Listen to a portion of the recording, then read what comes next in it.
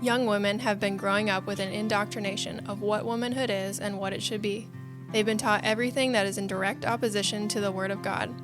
Young women who want to be different from the world are rare, but they are real. Join Audrey Rogie, often alongside her daughter Grace Anna and daughters-in-law Kesset and Maureen, who desire to be discerning in a day when everything seems to go against God's design. And now, here's Audrey. Hey, it's early morning in my home, and I have had my grandson with me for a few days, and I have loved the time with him. And it's quiet now. He's not up yet. And so I thought I would go ahead and record a podcast that I've been wanting to do ever since I did the Growing Older series. And if you have listened to that, you know I did 4 parts. And in the first part, of that series, well, I guess I should say the first 3 parts, I talked about using our years well in the church as we grow older. And I challenged women to use their years well. And I want you to know that it has been so encouraging to hear from so many of you in your older years. Some of you as you're just reaching that stage, others of you are well into it, and still others are in what I might call the twilight part, the latter part of the older years. But the thing that has encouraged me so much is how it has given you a refreshed perspective, a renewed perspective to use your years well as you are in this stage of your life. And then if you remember in the 4th part of the podcast, or the 4th podcast of the series, I pivoted and talked about some of the common everyday questions as it concerns our physical appearance. And I quoted to you the song from Glenn Campbell that I used to listen to when I was a young girl called The Dreams of the Everyday Housewife. But I talked about how we have to accept, and we must accept, our physical appearance, the changes in our physical appearance, all of the things that go along with getting older and growing older. And as always seems to happen whenever I do any kind of podcast that women think about more, a whole new set of questions come as a result of it. And so with that in mind too, just to tell you that I thought I was just going to do those 4 parts, but as I shared in the beginning, there's one more lingering thing I want to address, because some of the questions I get from older people concern trying to figure out how to find their place in their adult children's lives. So many questions have come to me, so many. I know I've covered a little bit. Well, actually, I don't know if I've covered any of those yet, but questions I get from younger women concern the longing for their older parents to be more involved. Well, actually, I have covered some of those, but the ones I haven't covered are the ones from the older generation wanting to know about their place in their children's lives. So hopefully I will be able to do that. And I'll get to some more questions even after this part 5 of the Growing Older series. And by the way, just for an example of that, of how questions come as a result of doing one topic, when I did the podcast on mom guilt, I got so many more questions after that. And I want to come back and deal with some of the specific questions that came out of that. And it's just so true. There's that power of association. One discussion leads to another. But for today's podcast, I want to talk about Growing Older Part 5. And again, specifically some of the things I have learned and some of the things I'm still learning as I navigate this older time of my own life. And I love the word bittersweet. I love it so much. And for those of you who know me and have listened to me for a long time, you already know how much I love that word. So I'm going to use it as I start today. I mean, there is a bittersweetness to growing older that I don't really think anyone fully prepares you for. Because here's the thing, when our children are little, our whole world revolves around them. I'm seeing that in a fresh way, even in these days that I've had my little grandson. It's like every day revolves around him, and it's such a beautiful time. But, you know, when your children are little, we are the center of their security. We are the center of their routines, their celebrations, what they think is fun, what they think is not so fun, their comfort. We tuck them in at night, which I've been doing for the last days, reading stories at night, telling Bible stories, praying with my grandson. When he wakes up in the morning, my day revolves around him. And we listen to what they say. We wipe away their tears. I've done that just in these last days when, Truman fell, or when he was upset because it was time to take a nap. My world has revolved around him, answering his questions and telling him things about the Lord, and exploring our yard and looking at bugs in a new way, seeing the deer, talking about the plants, stopping along the way while he takes time to squat down and really examine closely little rocks and talk about little rocks. And I learned too, and we know that when our children are little, somehow we hold everything together. We hold it all together for them. And if we're honest, there's something that's just so beautiful about being needed that much. I mean, I have felt it in these last days of just how much Truman needs me. One of the things is, when we're together, because it's just him, his siblings are not here. And if we're outside playing, then if I say to him, hey, I'm going to go inside and get us something to drink, I'll be right back. And he says this every single time, I want to go with you. I'll go with you. I want to go with you. And I say, okay, you can come with me. So no matter what I do or go to do, and if I tell him I'll be right back, he immediately says, I want to go with you. He's done that with his granddaddy as well. Just yesterday after church, and we were walking to the car, and his granddaddy forgot something and said, I need to go back in the church because I left something in my office. And you know what Truman said? I want to go with you. And granddaddy said, okay, come, you can come with me. But that's it. We're the center of their world.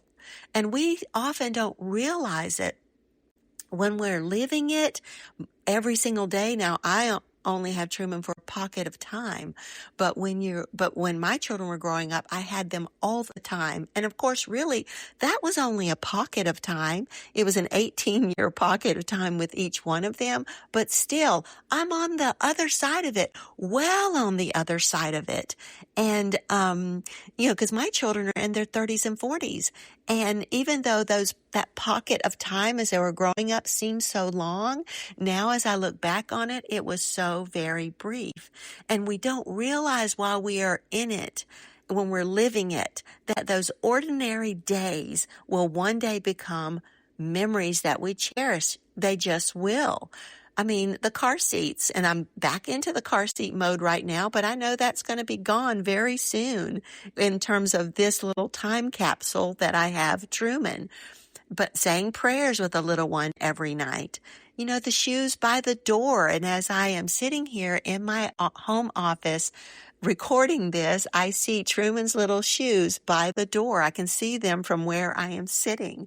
But the shoes by the door, the sticky fingerprints, and then the late night talks when they were teenagers. Of course, that's not happening with Truman. I'm having talks with him in the evening, but not late night talks that happen when our children are teens.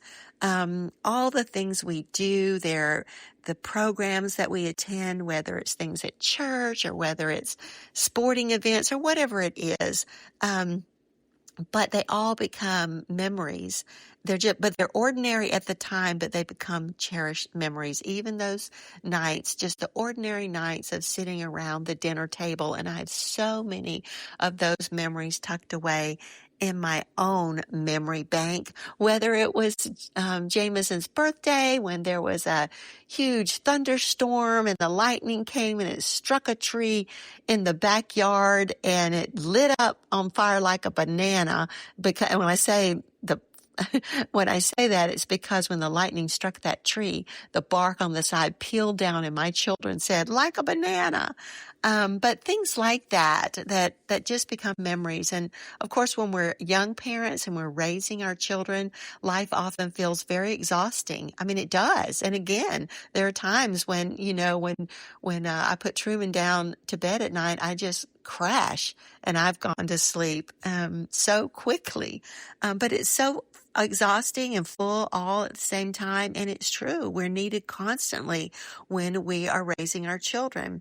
And there are times when we're in the middle of those years, even when we view them as a gift, even when we see them from the perfect perspective of the Lord, sometimes we long for a little quiet, a little independence, a little rest. That's just natural and normal.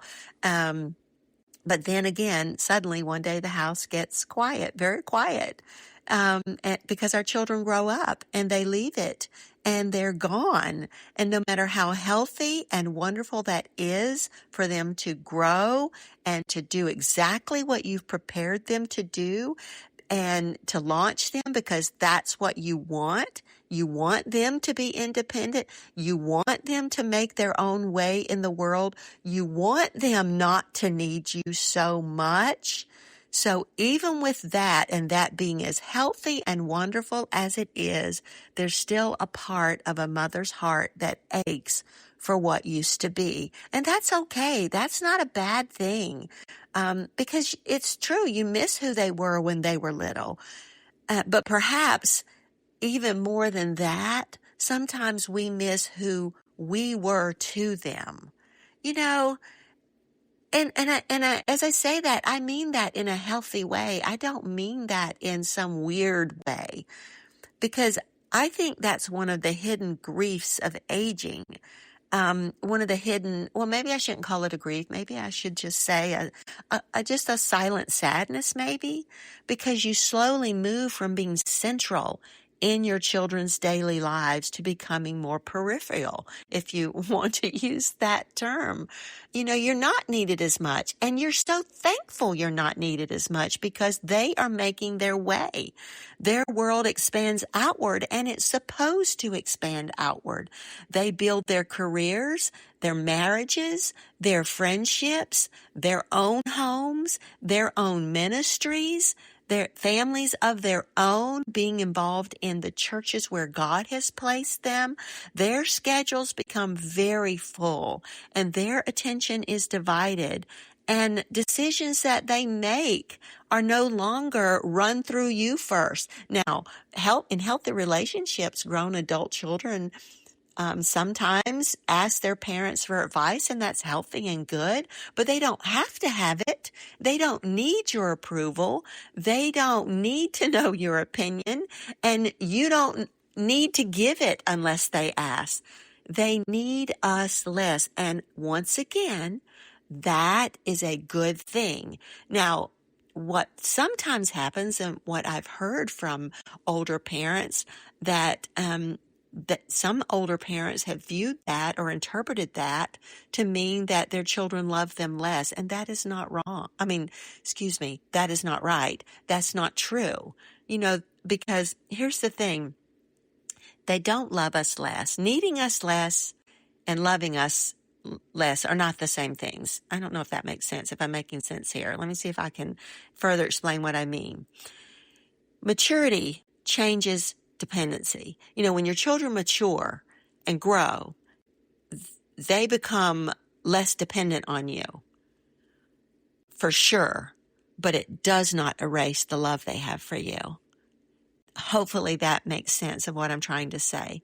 The love remains. The dependency changes. And so in so many ways, this season of life for older parents is not a lesser season. It's just a different season. I remember one time explaining to my little grandson, Jack, and he's not so little anymore. He's 20. But I remember when he was little and he was staying with me one time. In fact, I will post what I wrote about that in the show notes so you can read it. But I was talking to him about different kinds of love because we were talking about, he was asking me some questions about the love that you have for children and the love you have for your spouse. And I said, same love, different love. And I'll post it. I could try to pull it up right now and read it to you, but I won't do that. I'll just post it in the show notes and you can read it. But getting back to my point, this season of our lives is not a lesser season. It's just different. When our children are small, the way we love them and the way they love us is very loud. It just is. It's very constant. It's right in front of us. It's very tangible. It's, them running up and hugging us around our neck. It's little hands reaching for ours, just like, Truman has done these last days. I want to go with you. I want to go with you. And he reaches for my hand to go with me.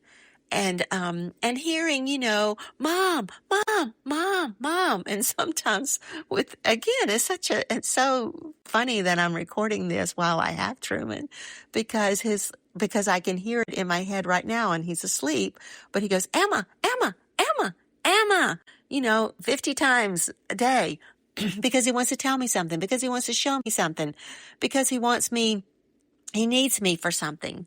And when children are grown, and of course when he goes home, the love looks quieter because I won't be with him the way I've been with him the last few days. And I am not with my children the way I was when they were growing up.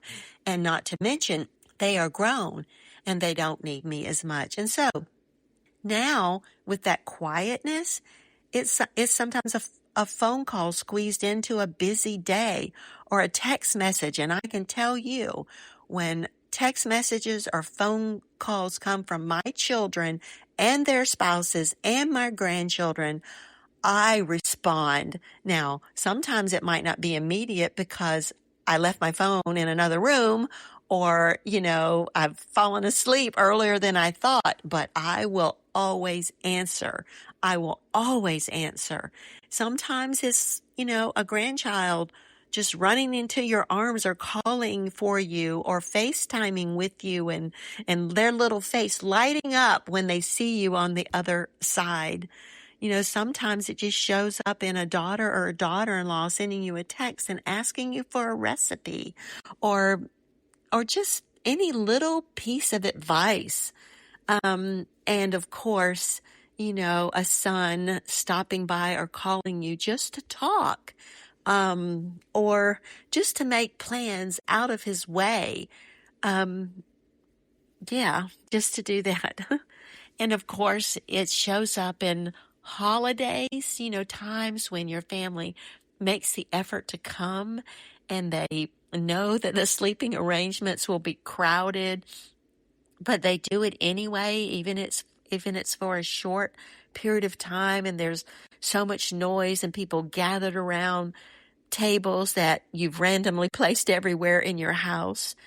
And because you look around, and now I'm speaking from my own life, you look around and realize that your family has grown way beyond what you ever imagined as they spread out all over the place. Because love matures as well. It matures just as people do. And not only the love that your children have for you, but the love that you have for them. And so I believe that part of growing old gracefully is learning not to cling so tightly to former seasons of life. Not to do that. Because if we do that, then we fail to embrace the beauty of the one that we're in right now. And every season of life has its own beauty. Now, even as I say that, it doesn't mean that being sentimental is wrong. I mean, my kids would say, I'm a sentimental person, and that's true. They're not wrong for saying that. Sometimes I hold on to things that I probably should throw away. I'm talking about tangible things. Sometimes I have more clutter in a box somewhere that I'm going to get to someday because I just can't throw it away. And so I think it's good and I think it's right to treasure old memories. There's nothing sinful about missing the years when your children were young. Those years were precious gifts from God. And looking back with tenderness and thoughtfulness is part of what makes us human beings. It's how God made us. But we can't live looking backward. We can't live in the rearview mirror, because every season has its own grace. Every season has its own beauty, and every season has its own gifts if we are willing to receive them. Y'all, there's beauty in watching your children become who God created them to be. There's beauty in seeing them establish their own homes and traditions and convictions of their own. There's beauty in becoming not only a parent, but eventually someone who they trust as an older adult in their lives, a steady presence for them that they know will always be there for them and will do anything for them, a safe place, and a source of wisdom for them should they need it. Sometimes they need it. Sometimes they don't. And that's okay. All of it is okay. Once again, when children are young, much of our parenting them involves managing them, directing them, taking away things from them, giving things to them, and protecting them. But that changes when they're grown, and our love for them and the way we express it becomes gentler, if I could use that word. Sometimes I know I do. I'll say this for me. I have to learn restraint. I don't want to bombard them. I don't want to blow up their phones. I don't want to talk too much. I am learning when to speak and when to stay quiet. Learning how to support them and offering help without trying to control them. Learning to trust God with people, grown adults that I once held by the hand every single day. And that is kingdom work too. It's, what God calls us to. Aging has a way of humbling us. It reminds us that life keeps moving, and it will keep moving long after we've gone to be home with the Lord. It moves on. Unless the Lord returns, that's what happens.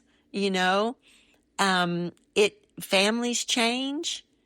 I used to always call it the changing dynamic of my family as my kids were growing up. The toddler years weren't always going to stay the toddler years. They were going to grow into, elementary age years, and they were going to grow into adolescent years, and then the teenage years. There was always a changing dynamic. Roles shift, time passes, and all of that is not something we should resent. It's something to embrace with gratitude and thank God for the gift of growing older, because God doesn't gift being old to everyone. He doesn't. And of course, as we grow older, the goal in raising our families was never to keep our children little forever. The goal was to raise them to become grown adults who are capable, who can build lives of their own and not need us in the same way. And when that happens, even though sometimes it can feel very emotional and it can feel, a little confusing at times, it's such a blessing. It is not a loss. In fact, it's a gain. And so it requires grace. All of getting older requires grace. And we need to show ourselves grace. Grace toward ourselves when we feel emotional. And we will, unless you're just stoic. You will feel emotional. Grace toward our children when they are busy and distracted. And it's okay. Remember what it was like for us when we were in those years. That is okay. And it's not a bad thing. It has not erased their love.